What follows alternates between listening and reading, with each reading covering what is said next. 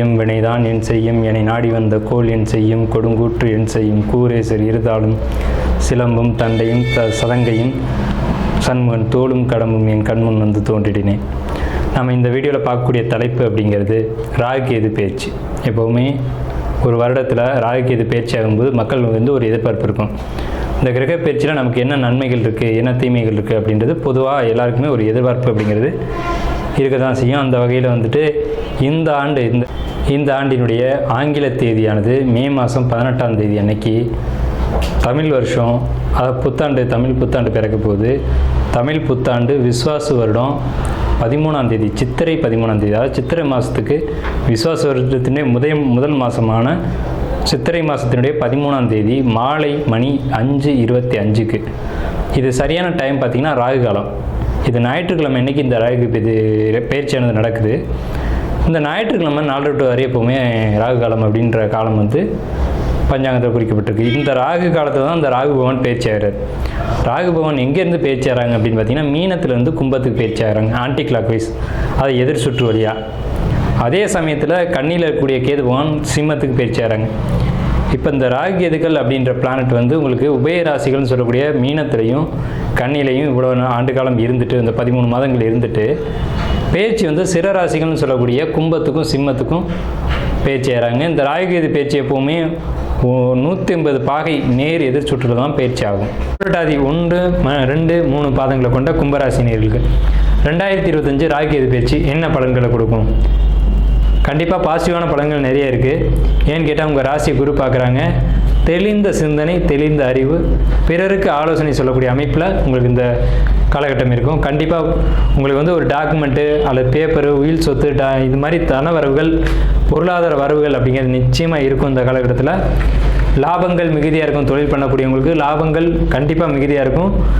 அதாவது சரியான ஒரு அமைப்பில் தொழில் செஞ்சு முன்னேறக்கூடிய அமைப்பு அப்படிங்கிறது இந்த 18 மாதங்கள் உங்களுக்கு வந்து ராகுகேது பயிற்சியில் தொழில் முயற்சிகள் வெற்றியடையும். புதிய தொழில்கள் தொடங்க வேணாம், பழைய தொழில்களை சிறப்பாக எடுத்து செய்யலாம்.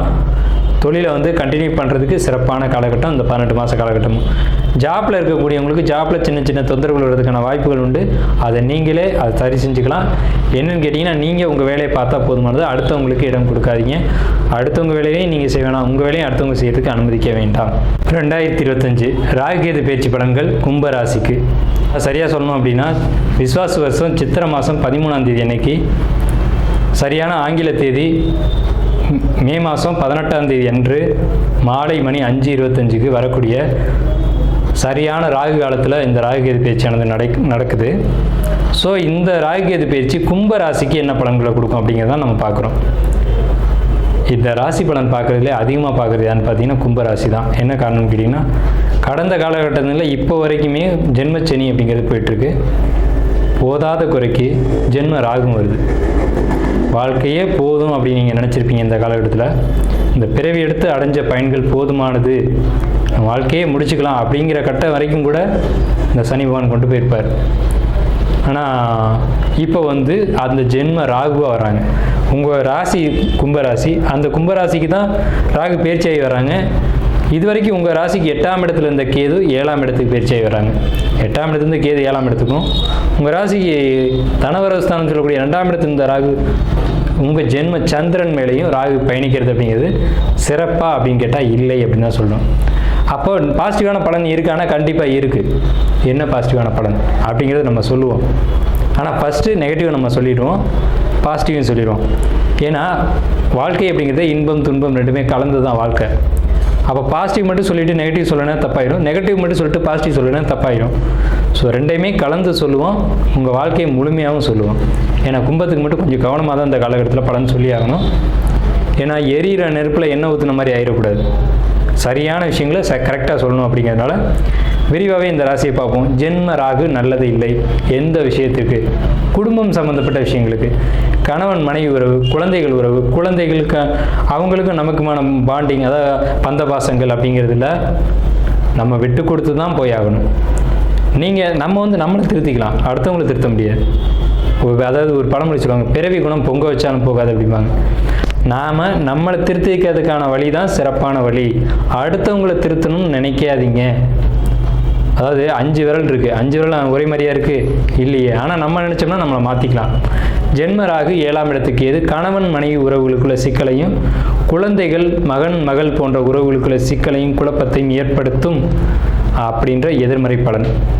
பொருளாதாரத்துக்கு சிக்கல்களை ஏற்படுத்தக்கூடிய காலகட்டம், பொருளாதாரம் தட்டுப்பாடாக தான் இந்த காலகட்டத்தில் இருக்கும். ஸோ இப்படி ஒரு அமைப்பு. சகோதர உறவுல சிக்கல், சொத்துல சிக்கல் இப்படிங்கிறது ஒரு கட்டத்தில் இருக்குது. ஆனால் உங்களுக்கு பாக்கியஸ்தானம் சொல்லக்கூடிய 9ஆம் இடம் பூர்வ புண்ணிய சொத்துக்களால் நன்மைகள் அடையக்கூடிய ஆதாயங்கள் இந்த ராகு கேது பேச்சில் நிச்சயமாக உண்டு. உங்களுக்கு லாபங்கள் அப்படிங்கிறது ஏதேனும் ஒரு வகையில் ப்ராப்பர்ட்டியாக இருக்கலாம், இல்லை ஒரு வாகனமாக இருக்கலாம், ஏதாவது ஒன்று சேல் பண்ணியாவது உங்களுக்கு பணம் அப்படிங்கிறது கைக்கு வந்துடும். உங்கள் கஷ்டத்துலேருந்து வெளியில் வர்றதுக்கான அமௌண்ட்டு உங்கள் கைக்கு வந்துடும், கஷ்டத்துக்கான ஒரு முடிவு வந்துடும். ஏன்னா இத்தனை காலகட்டம் உங்களுக்கு 6ல் குரு, 6ல் குரு ஊரில் பகை, 6ல் குரு வேருடன் பகைலாம் பழைய வாக்கியம் இருக்குது. அதெல்லாம் கடந்து வந்துட்டீங்க. இனி உங்களுக்கு ராசியை குரு பார்க்குறாரு. தெளிந்த சிந்தனை, சிறப்பான அறிவு இதெல்லாம் உங்களுக்கு கிடைக்கும். எந்த ஒரு விஷயத்துக்கும் இப்படி போனால் சரியாக இருக்கும் அப்படின்ற முடிவெடுக்கக்கூடிய ஆற்றலை இந்த குரு பார்வை உங்கள் ராசிக்கு பார்க்குறதுனால இதை கொடுத்துரும். குரு 5ஆம் இடத்துலேருந்து தன்னுடைய 9ஆம் வரை உங்கள் ராசியை பார்க்குறாங்க. இது மிகப்பெரிய யோகம். எவ்வளவு நெகட்டிவ் இருந்தாலும் அதை ரிமூவ் பண்ணக்கூடிய ஒரே பார்வை குரு பார்வை தான். குரு பார்க்க கோடி தோஷம் நீங்கும்னு சொல்லியிருக்காங்க. அப்போ இந்த ஒரு விஷயம் போதும் உங்கள் வாழ்க்கை ஒளிவிட்டு வீசப்போகுது அப்படிங்கிறதுக்கான ஒரு கான்செப்ட். அதே மாதிரி உங்கள் ராசிக்கு 9ஆம் இடத்த குரு பார்த்து, உங்கள் ராசிக்கு 11ஆம் இடத்த குரு பார்த்து உங்களுக்கு பாக்கியஸ்தானத்தை பலப்படுத்துகிறாங்க. அதனால் இந்த 18 மாத காலகட்டம் உங்களுக்கு ராஜயோகம் அப்படிங்கிறதுல மாற்றம் இல்லை. எதில் ராஜயோகம் அப்படிங்கிறதுக்கு தெரிஞ்சுக்கணும். பூர்வ புண்ணிய சொத்துக்கள் ஏதேனும் இருந்தால், ஏதாவது ஒரு வகையில் நீங்கள் சம்பாதிச்ச சொத்துக்கள் இருந்தால், அல்லது நீங்கள் சம்பாதிச்சு வச்சிருந்த நகை இருந்தால், அதன் மூலம் உங்களுக்கு ஒரு பணம் கிடைச்சி உங்களுடைய பிரச்சனைகள்லாம் சால்வ் ஆகும். அதாவது இறைவன் உங்களுக்கு இந்த காலகட்டத்தில் 18 மாதமும் உங்களுக்கு கடவுளுடைய சப்போர்ட் இருக்கும் அப்படிங்கிறது தான் நம்ம சொல்லக்கூடிய கருத்து. 9ஆம் இடம்ன்றது இறை அனுகிரகம் அப்படின்னு பேர். ஸோ இந்த ஒரு அமைப்பு அப்படிங்கிறது உங்களுக்கு இருக்கும். இருந்தாலும் எதிரிகள் தொந்தரவு அப்படின்றதுக்கான ஒரு வாய்ப்பு கும்பராசிக்கு இந்த காலகட்டத்தில் உண்டு. ஸோ அதில் மட்டும் கவனமாக இருக்கணும்.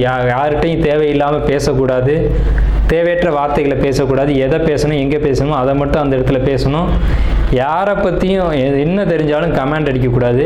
மனசுக்குள்ளே வச்சுக்கிட்டு போயிட்டே இருக்கணும். மனசுக்குள்ளே வச்சுக்க முடியாது தான், அது இயற்கை. எல்லாருக்குமே மனசுக்குள்ளே ஒரு விஷயத்தை பதிச்சு வைக்கணும்னா கஷ்டம்தான். ஆனால் அப்படி தான் வச்சுக்கணும். அப்படி இருந்தால் மட்டும்தான் அந்த 2ஆம் இடத்துல இருக்கக்கூடிய சனி பகவான் உங்களை தொந்தரவு செய்ய மாட்டார் அப்படிங்கிறது. தொழிலை பொறுத்த வரைக்கும் இவ்வளோ நாள் பட்ட கஷ்டங்கள் வேற, இனி தொழில் நல்லாயிருக்கும், வருமானத்துக்கு வழிவகைகள் கிடைக்கும். ஏன்னா ராசியை குரு பார்க்குறாரு. வேலைக்கு போகக்கூடியவங்களை பொறுத்த வரைக்கும் ப்ரொமோஷன், இன்க்ரிமெண்ட் கண்டிப்பாக உண்டு, நிச்சயமாக உண்டு. தொழில் செய்யக்கூடிய இடத்துல, தொழில் பார்க்குற இடத்துல அல்லது வேலை செய்யக்கூடிய இடத்துல வேலையை மட்டும் பார்த்துட்டு அமைதியாக வந்துடணும். அடுத்தவங்க விஷயத்தில் தலையிடக்கூடாது. இது முக்கியமான கான்செப்ட். இதை மட்டும் மறந்துடாதீங்க. கணவன் மனைவிட்டையும், மனைவி கணவன்ட்டையும் விட்டு கொடுத்து போகணும். இது முக்கியமான விஷயம் கும்பராசிக்கு. இந்த ராகு கேது பேச்சில் நம்ம கொடுக்கக்கூடிய வார்னிங் இதுதான். 7ஆம் இடத்துக்கு கேது துண்டாடக்கூடிய கிரகம், கேது வெட்டி விடக்கூடிய கிரகம், கேது வெறுமைக்கான கிரகம், கேது விரக்திக்கான கிரகம். கணவன் மனைவி உறவுக்குள்ள இந்த மாதிரியான விரிசல்களை ஏற்படுத்தக்கூடிய அமைப்பு உண்டு. இவ்வளோ நாள் வாழ்ந்துட்டோம், எண்ணத்தை வாழ்ந்தோம் அப்படிங்கிற எண்ணத்தை கொடுக்கக்கூடிய அமைப்பு அப்படிங்கிறது 7ஆம் இடத்துக்கு வந்திருக்கக்கூடிய கேதுவான் கொடுக்கக்கூடிய சிந்தனை. அதுக்கு இடம் கொடுத்துடாதீங்க, பொறுமையை கடைபிடிங்க அப்படிங்கிறதான் நம்ம கும்பராசிக்கு முக்கியமாக நம்ம இங்கே சுட்டி காட்டுறோம். கும்பராசியை பொறுத்த வரைக்கும் ஓரளவுக்கு நம்ம சொல்ல வேண்டிய முக்கியமான விஷயங்கள் எல்லாமே சுட்டி காட்டிக்க தான் நம்ம நினைக்கிறோம். சரிங்களா? 99% நல்ல பலன்கள் தான் இருக்குது. இதில் 10% கெட்ட பலன்கள் இருந்தாலும் அதை நிவர்த்தி பண்ணுறதுக்கு ஒரே விஷயம், கும்பகோணத்தில் இருக்கக்கூடிய திருநாகேஸ்வரம் போயிட்டு வந்தீங்க அப்படின்னா இந்த பிரச்சனைகள்லாம் சால்வ் ஆகும். ஏன்னா ராகு திருநாகேஸ்வரம், கொடுமுடி, காளகஸ்தி இந்த இடங்களில் தான் ராகுவினுடைய பரிகார ஸ்தலங்களாக சொல்கிறாங்க. இந்த 3 இடங்கள் மட்டும்தான். இங்கே போயிட்டு வர்றது உங்களுக்கு ஒரு நல்ல நிவர்த்தியை கொடுக்கும். 7ஆம் இடத்துக்கு எதுக்கும், லக்ன ராகுக்கும். ஸோ வாழ்த்துக்களும் நன்றிகளும் கும்பராசிக்கு.